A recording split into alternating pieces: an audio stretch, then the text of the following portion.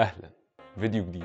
ايه رايك في تطور الزمن؟ بيتغير واحنا لازم نتغير معاه، بس في حاجه ما اتغيرتش وهي حبي ليك. خد بقى حبي ده وارميه في الزباله وانزل اعمل لايك، ويلا بينا نخش في موضوع النهارده. الحاجه اللي جيت عشان اسالها لك النهارده وهي يعني ايه مهرجان. طبعا انت مش هتعرف ترد بس انا هعرف، وهنا يجي دوري ان اعرفك. مالك طبعا. لا بهزر. المهرجان بمعناه الحالي عباره عن اغنيه او مجموعه كلمات برتم ونسق معين بتتقال على مزيج من النغمات الشرقيه شديده الصخب.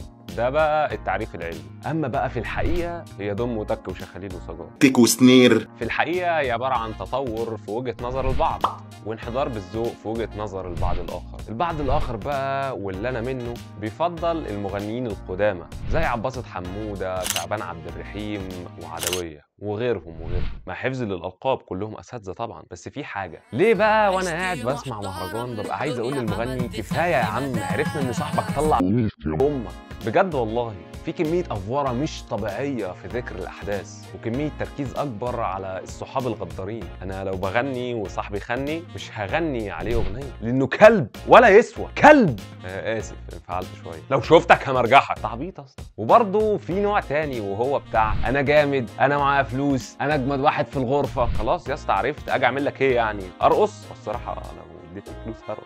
انا بقى عشان عالمي ومطلع على كل الثقافات عارف ان اول مهرجان خرج من دار السلام سنه 2007. كانوا عاملين اغنيه كده سموها اكتر اسم كرييتيف في الدنيا وهي مهرجان السلام. مين اللي غناها بقى؟ الفنان عمرو حاحه، الفنان السادات، الفنان 50. مش 50 سنت طبعا، لا 50 بتاعنا. ايه تقول الدم ده؟ بدأت بقى بعدها المهرجانات تنتشر لحد ما وصلت لسنة 2013، وهنا كانت البداية الحقيقية لانتشار المهرجانات. بعدها فضل يتطور لحد ما وصل لشكل اللي احنا عليه دلوقتي، وبقى فيه مغنيين كتير مشهورين زي حسن شاكوش وعنبة وحمو بيكا وحمو الطيخة واي حد اسمه حمو وبعديه اسم غريب كده محدش فاهم هو معناه ايه. وبقى فيه جمهور كبير قوي بيحب المهرجانات زي ما فيه جمهور كبير قوي برضه بيحب الراب، وده موضوع بقى حلقة جاية ان شاء الله.